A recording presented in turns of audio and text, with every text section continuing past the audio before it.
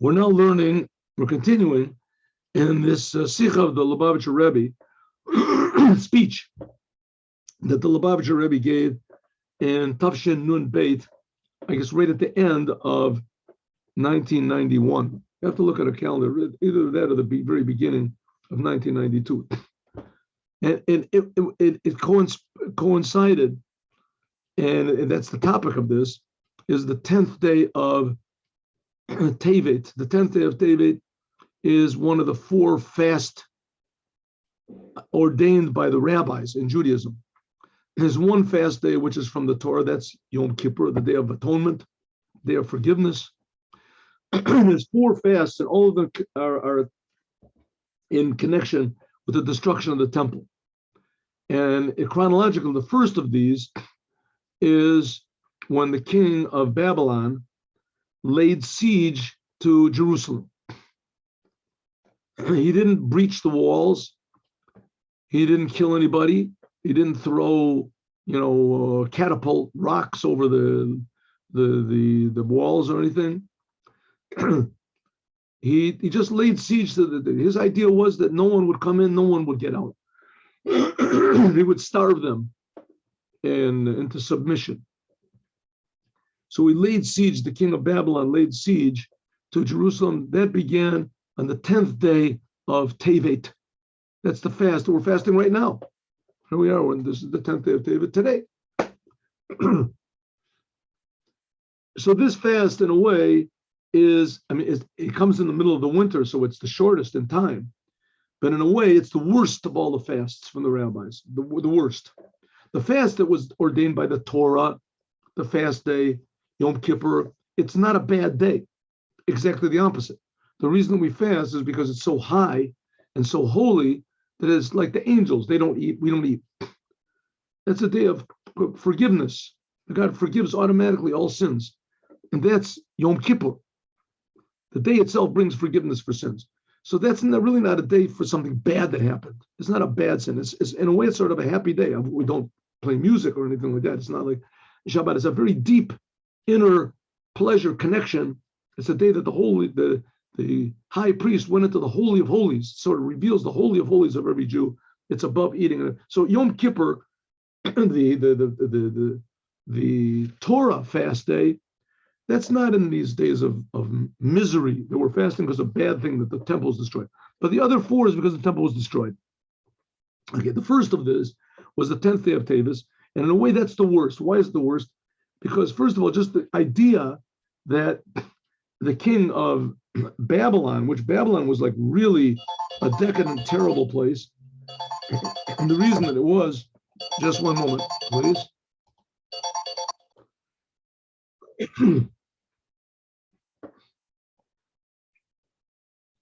Okay, so that was the day that he did.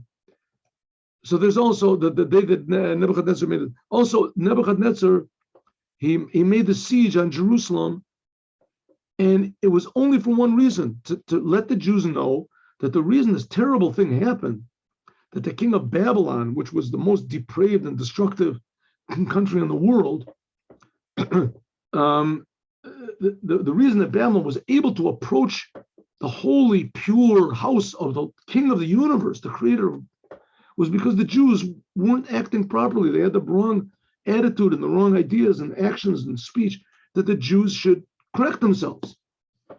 That was the whole purpose of the fast. So in one way, it was the ideal fast of all these 4 fasts. It came purely to tell us just to change our ways. The other 4 fasts that happened, the other 3, was that we should stop the destruction, that we should save our lives, we should be safe, we should be this.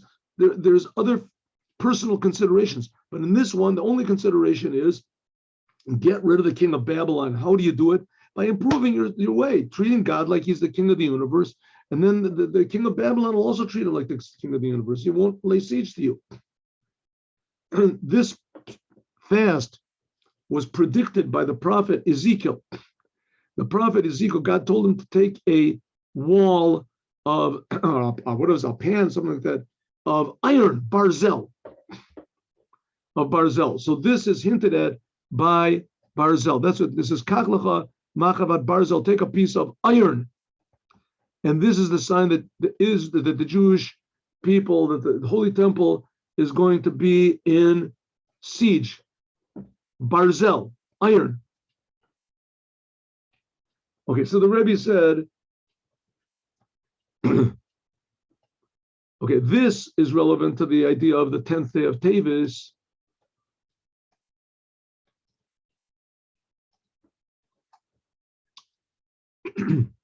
Because the whole idea of this fast was only to arouse the Jewish people to do tshuva, to return to the Creator, return their consciousness, return the Jewish consciousness.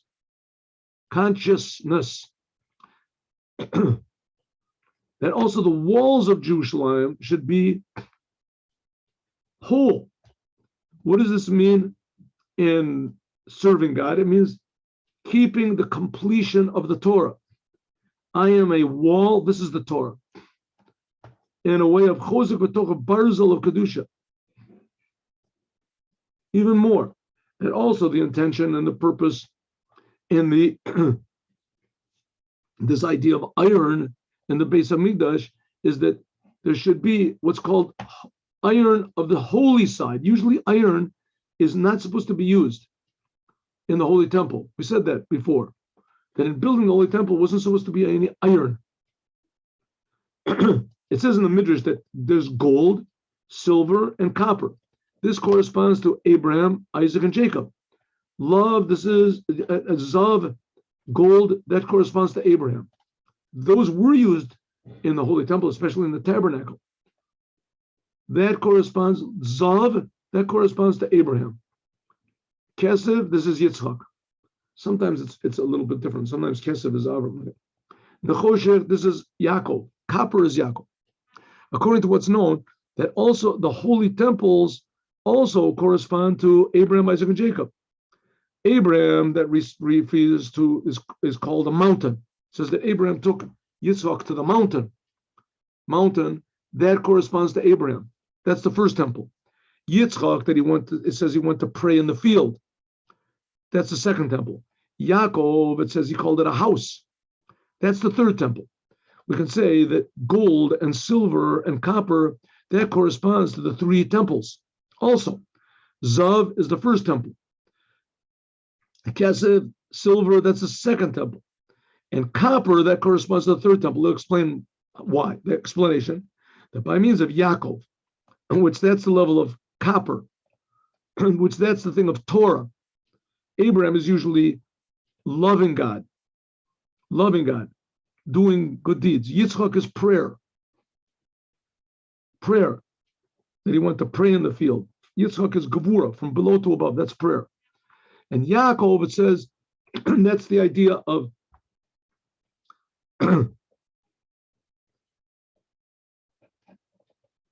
loving God. Abraham is loving God. That's usually good deeds. Yitzchak is the thing of prayer. And Yaakov is the thing of Torah. This is made birur shel nechoshet. Torah refines also copper. Nechoshet comes from the language of nachash. That's what it says, is a snake. The nachash hakamoni, the primordial snake, which that is Klippa, the angel of death. This becomes purified by means of holy nechoshet, holy copper. That's the idea of the third temple. That corresponds to Yaakov.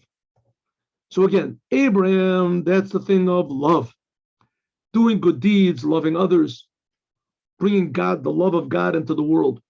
Yitzchak, that's the union of fire. That's the union of awe of God. That's the idea of prayer. Yaakov, that's the idea of Torah. Torah brings godliness into the world. This corresponds also to what we learned in the Torah Or. That corresponds to the third temple, bringing godliness purely into the physical world. That's going to refine even copper, which copper is the least precious of these three metals. We can also add on that copper hints at how the Jews are in the time of exile. after the destruction of the second temple. And the completion of the third temple, and this is hinted at by iron that's even lower than copper. That by means of this, we come to the completion of iron of holiness, B.R.Z.L. Okay, again, we have to realize the Jewish people are in the world in order to fix up the world. That's Judaism, to improve the world. Tikkun Olam, you want to call it. But it has to be according to the Torah. It has to be the way that God wants it to be. The world is represented by gold, silver, and copper. Precious metals, semi-precious metals. Zav is like the first temple. Kesef corresponds to the second temple. Nechoshet corresponds to the third temple, taking what's the least precious and elevating it. Says the Rebbe even more. The third temple is going to be by a metal which is not precious at all. Iron. This comes from above to below. That the gold is the most valuable.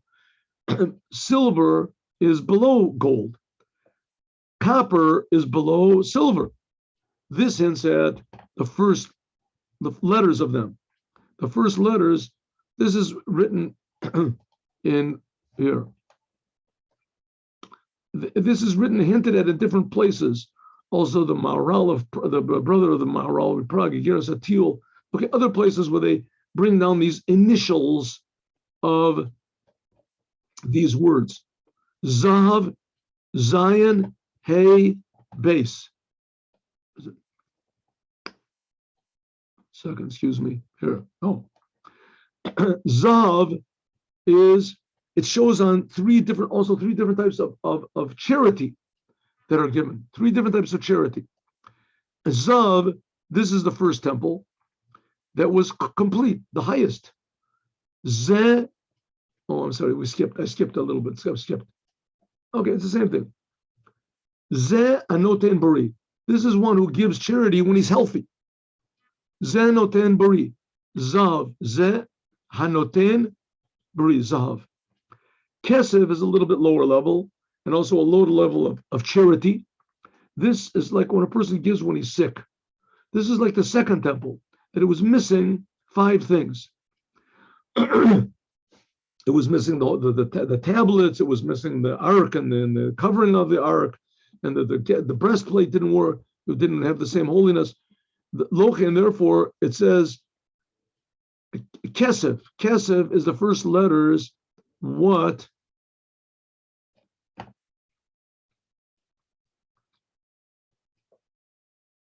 One second.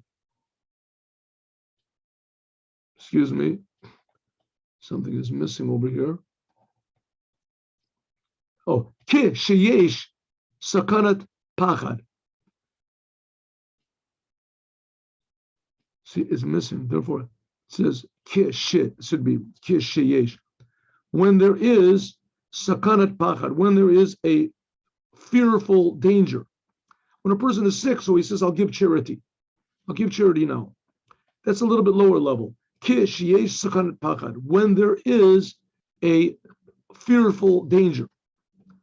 Shema odapam achisron, that you're afraid, maybe there'll be odpam another time, a lacking in the third temple. Like the second temple was lacking some 5 things. The third temple, that's nechoshet. But here the Rebbe says nechoshet also indicates the exile that we're in. This is even below Zav et Kesef. This ends at the state of the Jewish people as they are in exile. The third temple is how we're going to transform this exile into holiness. But Shebekalal Achisron, because there was what was lacking in the holy temple, so the Jewish people became Chole She'omar Tenu, a sick person that says give. That's Nechoshet. Nechoshet, it says here. What is the word? Excuse me. Naaseh Chola, where is it? I'm sorry. So let's just find this.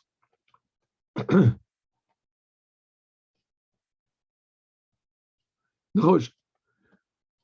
No. Huh.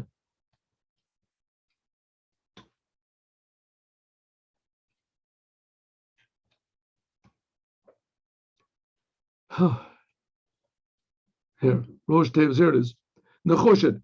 Netinat chole she'omer tenu.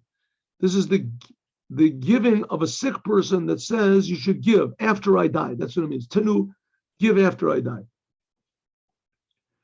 So 3 types of giving. Zav is representing like God giving when noten bari, when everything is good, everything is healthy. The first temple, everything was wonderful. Kesef is when there's sakanat pachad. That's the second temple where it says, okay, I'll give charity now when I'm sick, so they'll get better. And nechoshet is the time of exile. Natanat cholet shomer tanu. This is a sick person. Says, give after I'm dead, after I'm finished, then give the charity. The lowest type of charity.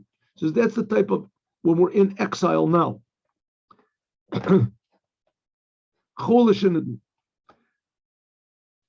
Shazui, that this is the request of God that we should give, that everything we give, the third temple, that it should be the ultimate completion. Also regarding the first and the second temple, Mikdash Hashem Kononeadecha, Binyan HaKodesh Baruch Hu, that God is saying, the sick person, the Jewish people that they're sick, God is saying, give them the third temple, which is even going to be bigger and better and more eternal than the third. Yesh Lomer, we can say, that the eternalness of the third temple, which is going to come after the destruction of the first and the second, this is hinted at the word B.R.Z.L, iron. And this is going to be the topic the Rebbe is going to talk about now of holiness, B.R.Z.L of holiness.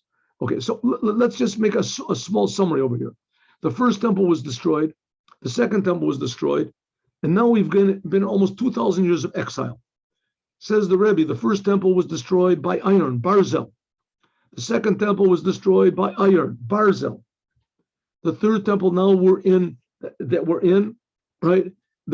Is because the first of the temples, second temples were destroyed by iron, by B.R.Z.L. Iron is a destructive thing. Iron is a negative metal, a negative substance. That's why the temples could not be built with any metal. If any metal touched the altar, for instance, even when they would put plaster, they would plaster over the altar, and they would do it with cloth, because if they would do it with any sort of a metal vessel, an iron vessel would touch then it would be disqualified, especially iron. When they were hewing out the stones, it couldn't have been. No iron was heard on the Temple Mount. Even the for the walls, nothing was used. Iron was not used on the Temple Mount at all, except for slaughtering the animals, right? But except for that, it wasn't used for anything. Iron is the worst. So the Rebbe wants to say, why are we talking so much about iron? Because the prophet Ezekiel, he was told by God to prophesy that Nebuchadnezzar is going to come and lay siege to Jerusalem. How is he going to come and lay siege? What was the sign that was going to lay siege? That God told him, take a big plate of iron, a machavat, he said, a frying pan of iron, and say, this is the wall that's going to be with iron. B.R.Z.L. So B.R.Z.L, this indicates the beginning of the destruction of the first temple. Ezekiel was in the first temple. And that was the opening that it could happen to all the second temple as well. And the whole idea so B.R.Z.L in a way is the worst. Says the Rebbe, there's gold, silver, copper, and iron. Gold is the best. That corresponds to the first temple. That corresponds to Abraham. Silver, that's the second temple. That corresponds to Yitzchak. Copper, that corresponds to Yaakov. That's the third temple. But he says the Rebbe, we can do it even more exactly. The third temple is Yaakov, yes, but that's going to correspond to B.R.Z.L, to iron. Copper corresponds to the exile, the 2,000 years of exile. And Yaakov is going to correspond to B.R.Z.L. We're going to see why. Iron. We're going to see in a minute why. and that's going to be eternal. According to Kabbalah and Hasidut, we can say like this: B.R.Z.L, iron, is the first letters of Bilhah, Rachel, Zilpah, and Leah. Now, the Rebbe is not just saying this to impress us so that we can understand it and impress other people, or just for intellectual reasons, which that's also nice. It's not so bad to impress people and also to intellectually understand. But the Rebbe is trying to make us change our whole outlook on life and our whole value system, and that our goal should be doing everything that's possible to bring the Moshiach who will build this third temple. And that's what the Rebbe is going to say. The first temple, it was like almost perfect, but that wasn't it. It got destroyed. The second temple, we should have learned our lesson, but we didn't. So we have now 2,000 years to learn our lesson in order to transform B.R.Z.L into holiness. So it's like this. How are we going to do it? B.R.Z.L is the first letters, the initials of Bilhah, Rachel, Zilpah, and Leah. These are the four wives of Yaakov. That these were the mothers of the 12 tribes. And corresponding to them, there are four levels of Nukva de Klipa, of the feminine aspect of evil. Four mothers, right? Bilhah, she was the maidservant of Rachel. Zilpah, she was the maidservant of Leah. Right? Leah had 6 sons. Zilpah had 2, Rachel had 2, and Bilhah had 2. So they were the founders of the Jewish people. Mashiach is going to come and bring those other 10 tribes back that they've been lost since before the first temple was destroyed. They were lost, but they'll all come back together. And then Bilhah, Rachel, Zilpah, and Leah, all of their children will be united. This Bilhah, Rachel, Zilpah, and Leah, this is the first levels of letters, initials of B.R.Z.L, of iron, Beit, Reish, Zayin, Leah, Lamed. Corresponding to this, this is B.R.Z.L of holiness. Corresponding to this, there's B.R.Z.L, which is destructive. Holiness is always building. The evil is always destroying. Sometimes they make weapons of destruction. It seems that they're building, but the fact is it's always destructive. Okay, so there's 4 aspects of evil. Like it says in Og, Melech HaBashan, the king, says, Arso Eris B.R.Z.L. His bed is a bed of iron. She'ein ala umatzeh. Og was the king of Bashan, big enemy of the Jewish people. It was a giant. She'ein ala umatzeh is the opposite of the 4 mothers of Judaism. Okay, what is this 4 mothers? What is this inside of us, these 4 mothers of Judaism? And what is the 4 bad aspects? We're going to learn about this tomorrow, but let's just continue a little bit. Let's see if they add on that also the order of these 4 is that of B.R.Z.L is that Bilhah, who's the servant of Leah, the maidservant comes before the mistress. Zilpah is the maidservant of Leah. The Shifcha, the maidservant, comes before the master, the mistress. This is in the order of Dil'umatzeh. This is also the way of the evil side, the side of destruction. That the Shifcha Kitiresh Gevirta says this is a pasuk in, what is it, in Mishlei, in Proverbs, sentence in Proverbs. I see. I suppose okay. that the servant becomes the master. That's the worst situation. For Yeshlo, we can say Shagam also in holiness. Yeshlo, there is also this level of B.R.Z.L, but holiness. The Shifcha comes before the mistress, but in a good way. How is this going to be? Behektem, first of all, let's understand what is the advantage of the servants, the maidservants, Bilhah and Zilpah. Why are they better in some ways than Rachel and Leah? Like Avram said, God said to Abraham regarding Sora,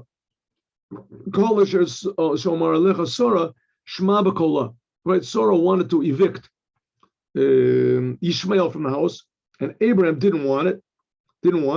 And God said to Abraham, anything that your wife tells you, you should listen to her. That Avram was secondary to Sora, his wife, in prophecy. Al derech, like it says, but my of the lasi, like it's going to be in the future, it says nekeva tesov gever, says that the feminine is going to be higher than the masculine. Eshet chayal ateret bala, the woman of valor is the crown of her husband. The physical world will be higher than the spiritual worlds. Shesfirat Malchut, that this aspect of God's kingship, which is the lowest of the 10 sfirot, this will be higher than all of the other sfirot. Like we learned a lot about this before. Vayigash, we learned last week that Yaakov, that in the Torah portion, Yehuda is coming close to Yosef. That was like the tabernacle. Remember, we learned that Yehuda is on the ground. The ground was below, but in the holy temple the ground is going to be the highest. The holy temple is going to be the bottom level will become the highest. The raising of the dead, the bodies will be higher than the souls. Sof Masav Machshavat Techila. The last deed was in thought first. This is going to be also by the fathers. Like it says, Shlosha Te'im Kodesh Baruch Hu, Olam Hazeh.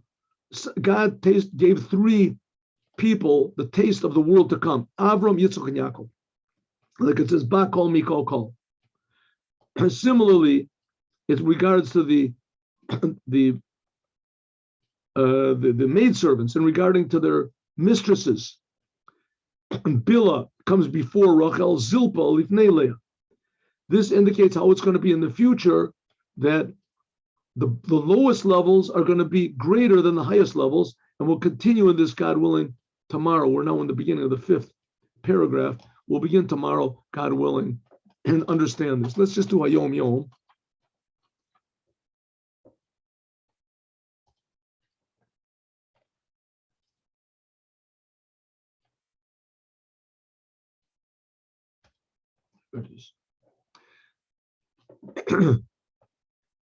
Someone asked the Tzemach Tzedek, the 3rd Rebbe of Chabad, a question, and he answered them in this way. And there's a sentence that says in the prophet Isaiah, Yeshayahu, the prophet Isaiah says, let the evil leave his path and the man of sin leave his thoughts. It says the man of sin, man of own machshavotov. Own is the same word as power and strength. Synonymous. What are they called? A homonym. Same word means 2 different things. Own means sin, and own also means power, strength. Just as stubbornness, just as it's necessary that a wicked person should leave his path, because without returning to God, it's impossible to approach the sacred. You have to leave your path and come close to God. Also, the man of strength. What does it mean, strength? A stubborn person that has unshakable confidence in his own intellect and his own ego. A person has to leave his own thoughts. You have to leave your certainty. Don't be insistent. I say so. This I think. This is what I want. This is the source of evil, a cause of divisiveness. It says that was the thing with Yerobam ben Dvar. He was holy, he was tremendous, he was successful, but he couldn't leave his egotism. He had to be number 1. He was number 1 in a lot of aspects, but not 100%. Only a 99 aspect. That 1%, that's what destroyed him. Eventually, he made idolatry. He put up golden calves. He forbid the people to go down to one little part of his personality, one little bit of stubbornness and egotism. This wrecked all of his good qualities, and etc. As we'll talk about more, God willing, and hopeful, we'll do more tomorrow. We'll discuss more the ideas that we learned in the Sikha and the Maimer of the Rebbe about how to embody the aspect of Yehuda, surrender and harmony with God, and also what we're learning in the Sikha, how to make iron of holiness. Have a good day with Moshiach now.